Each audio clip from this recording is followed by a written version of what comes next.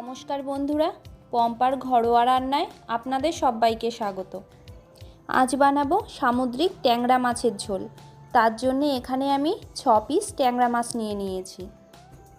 মাছগুলোতে একটু সরষের তেল মাখিয়ে নিচ্ছি। তেল মাখানোর ফলে মাছগুলো ভাজার সময় বেশি তেল ছিটকাবে না।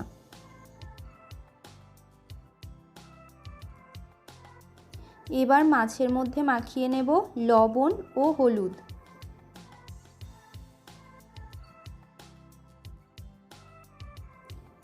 লবণ হলুদ মাখিয়ে নিয়ে মাছগুলো 10 মিনিটের জন্য রেখে দেব। এবার একটা কড়াই গরম করে কড়াইতে দিয়ে দিচ্ছি সরষের তেল। তেল গরম হয়ে গেলে মাছগুলো ভেজে নেব। মাছগুলো এক সাইড ভাজা হয়ে গেছে, অপর সাইডটাও উল্টে দিয়ে লাল লাল করে ভেজে নেব। মাছগুলো ভাজা হয়ে গেছে, এবার মাছগুলো তুলে নিচ্ছি। বাকি মাছগুলো একইভাবে ভেজে তুলে নেব।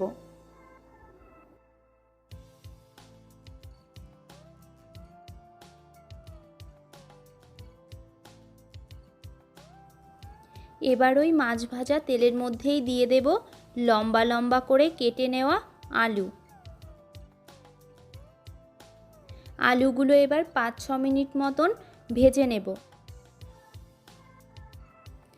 আলুর গায়ে এরকম লালচে বাদামি রং হয়ে আসলে আলুগুলো একটা পাত্রে নামিয়ে রেখে দেব। এবার ওই তেলের মধ্যেই ফোড়নে দেব একটা তেজপাতা ও হাফ চামচ জিরে। ফোড়নটাকে 30 থেকে 40 সেকেন্ড মতন ভালো করে ভেজে নেব। এবার এর মধ্যে দিয়ে দেব একটা মিডিয়াম সাইজের কুচানো পেঁয়াজ।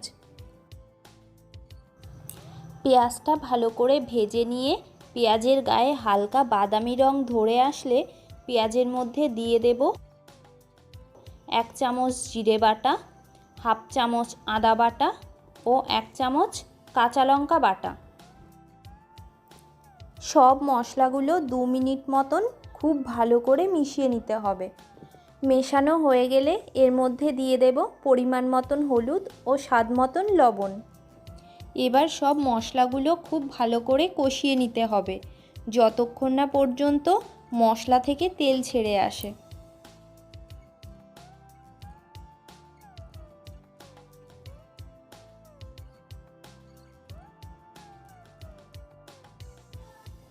মশলাটা কষানো হয়ে গেছে, এবার দিয়ে দিচ্ছি ভেজে রাখা আলুগুলো। গ্যাসের ফ্লেম মিডিয়ামে রেখে আলুগুলো মশলার সঙ্গে 3-4 মিনিট ভালো করে মিশিয়ে নেব।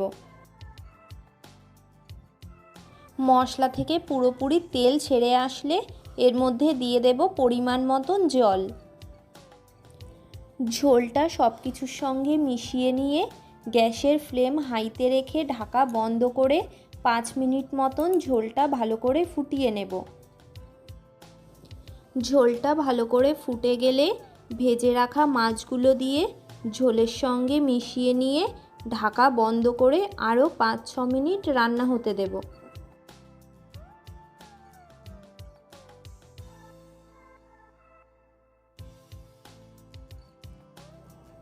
ঢাকনাটা তুলে নিয়ে একবার ভালো করে নেড়ে চেড়ে মিশিয়ে নিয়ে গরম মশলার গুঁড়ো দিয়ে আরও 3-4 মিনিট মতন রান্না হতে দেব।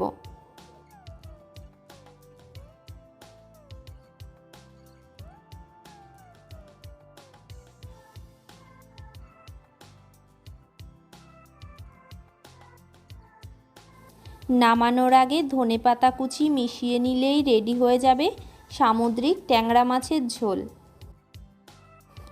ভিডিওটা কেমন লাগলো অবশ্যই কমেন্ট করে জানাবেন। ভালো লাগলে ভিডিওতে একটা লাইক করে চ্যানেলটাকে সাবস্ক্রাইব করে পাশে থাকার অনুরোধ রইল। দেখা হবে অন্য কোনো রান্নার রেসিপি নিয়ে। ভালো থাকবেন, সুস্থ থাকবেন।